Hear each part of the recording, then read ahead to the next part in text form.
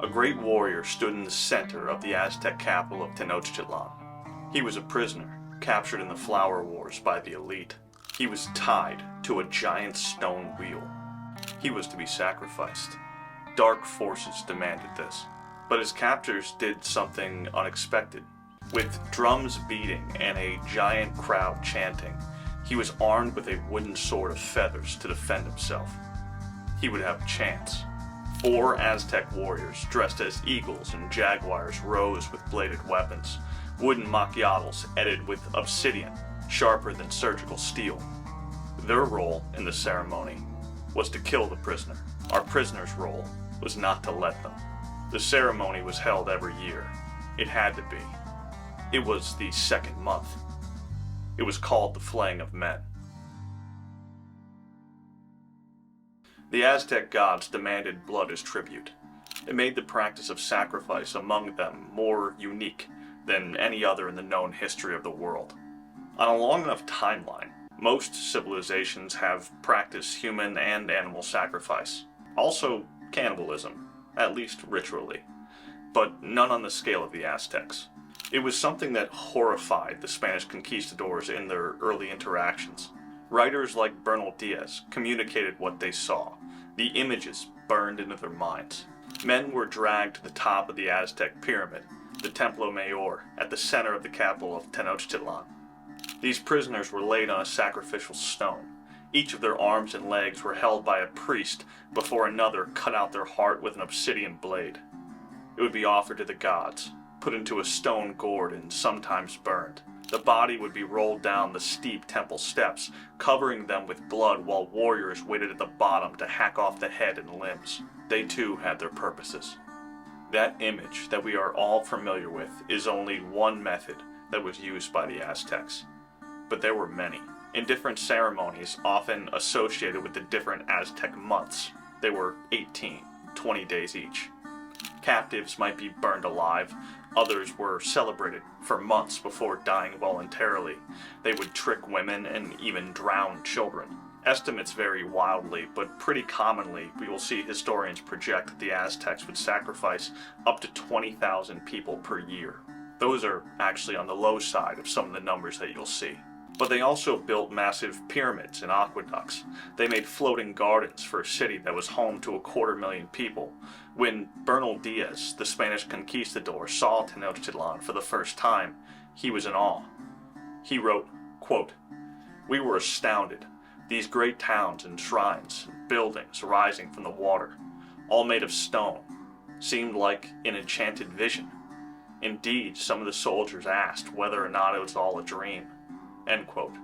The city was larger than all but a few in Europe at the time, and far cleaner. The Aztecs had a thing for sanitation and bathing, another thing the Europeans couldn't relate to. The Aztecs were a people unlike anything else in the world, and they were far more modern than you commonly think. The civilization was at its height just over 500 years ago. These were not ancient world people. Had they made it another 100 years, they could have met a pilgrim. It would have made for a very different Thanksgiving. But the practice of sacrifice is really what sticks in the minds of people when they consider the Aztecs. One of the most interesting to me was what they did in the second month of the year. For us, it would have taken place in March. This month shed blood for Geopolitical, the god of renewal, in the spring. The sacrifices themselves were especially brutal, but what they did after was haunting. Prisoners collected in the Aztec Flower Wars were put on display in the city's residential area. On the first day of the month, some of the prisoners would be dragged by their hair to the top of the pyramid for sacrifice. But the second day, that was for armed combat. Prior to the ceremony, the prisoners were made in the sacrificial image. They were bathed and purified. They were dressed as the living image of Geopolitical. He was the god of renewal, the flayed one, and this was his month. The prisoners were smeared in plaster, and feathers were tied into their hair.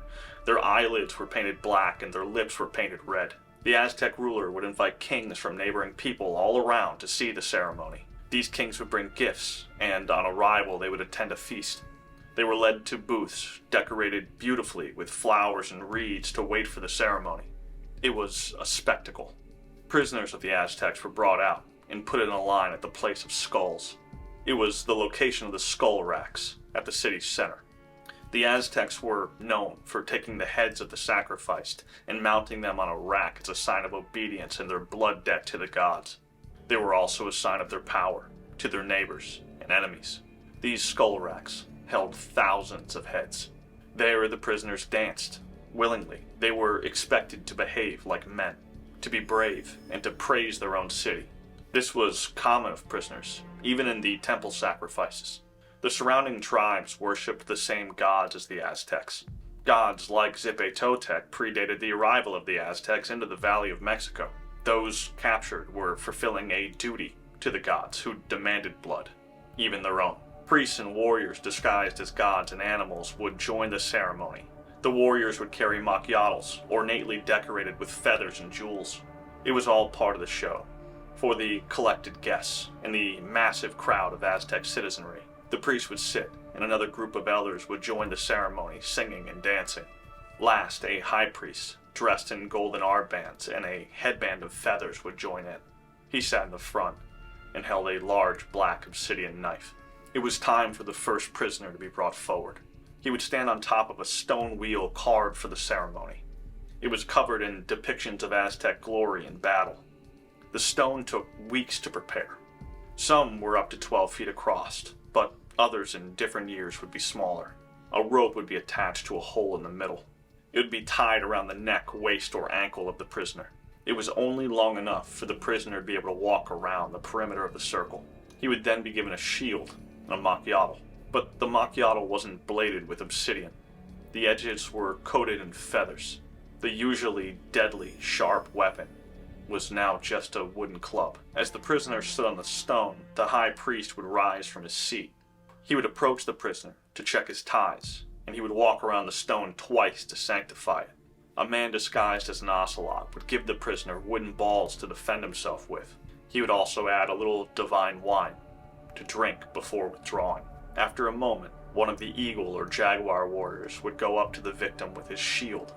The prisoner would throw balls at him, but they would be easily defended against. From there, the victim would be forced to pick up his sword and shield, and the fight would begin. 4 warriors dressed as animals would attack the prisoner. They were the elite jaguar and eagle warriors. Their dress reflected their skill in defeating and capturing enemies in battle. The prisoner would use his shield and feathered macchiato to fend off the attackers, but the Aztec warriors would use their obsidian-bladed macchiatos to wound his legs. The prisoners weren't helpless. Aztec stories tell of a Tlaxcalan prisoner named Tlalicoli. He killed 8 warriors and injured more with his feathered macchiato before he fell. But like all the captives, he eventually collapsed from either his wounds or from exhaustion. They were gladiators, and their job was to die.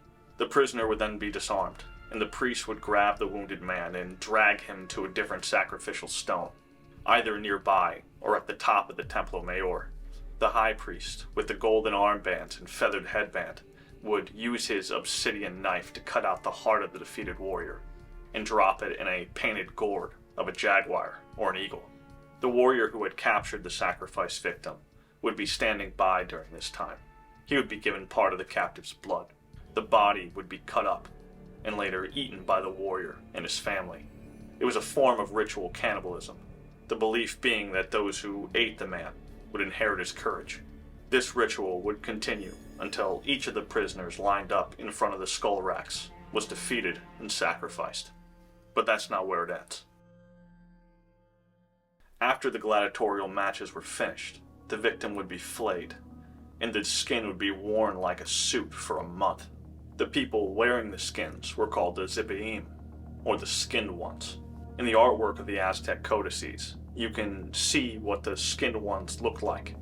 The statues representing Geopolitical show a similar sight.